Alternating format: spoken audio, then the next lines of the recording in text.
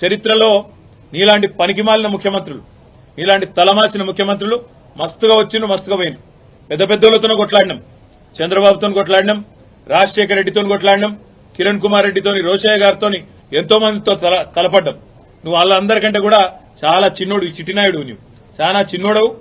నేను మా దగ్గర మా భాషలో చెప్పాలంటే హైదరాబాద్ లో బుల్లబ్బాయి అంటారు నీలాంటి వాళ్ళు. ఇలాంటి బుల్లబ్బాయిలు, చిట్టినాయుడులో చాలా మందిని చూసినాం. ఏం ఫరక్ పడేది కూడా ఏం లేదు, ఏం ఇంటికి కూడా వీకలేవు. కానీ ఏదో పైశాచిక ఆనందం 4 రోజులు ముఖ్యమంత్రి పదవిలో కూర్చున్నా, నేనేందో పెద్దోడిని అయిపోయినా అనేదో ఎగిరిగిరి పడతా ఉన్నావు. రేవంత్ రెడ్డి గారు అధికారం ఎవరికి శాశ్వతం కాదు. నువ్వు ఒక దుష్ట సాంప్రదాయానికి తెరలేపుతా ఉన్నావు.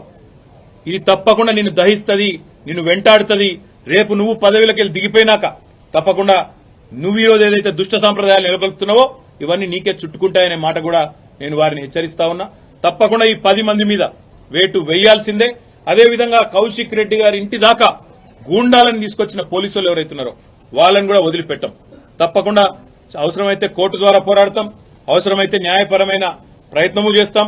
డీజీపీ గారు కనుక స్పందించి ఇక్కడ ఏసీపీ సిఐ ఎవరైతే దగ్గర ఉండి మరి గూండాలను తీసుకొచ్చి గేటెడ్ కమ్యూనిటీ లోపలికి తీసుకొచ్చి ఎమ్మెల్యే ఇంటి మీద దాడి చేయించడానికి అన్ని రకాలుగా ఇక్కడ రంగం సిద్దం చేసినారో వాళ్ళని తప్పకుండా సస్పెండ్ చేయాలి, వాళ్ళ మీద చర్య తీసుకోవాలని చెప్పి కూడా నేను కోరుతా ఉన్నా.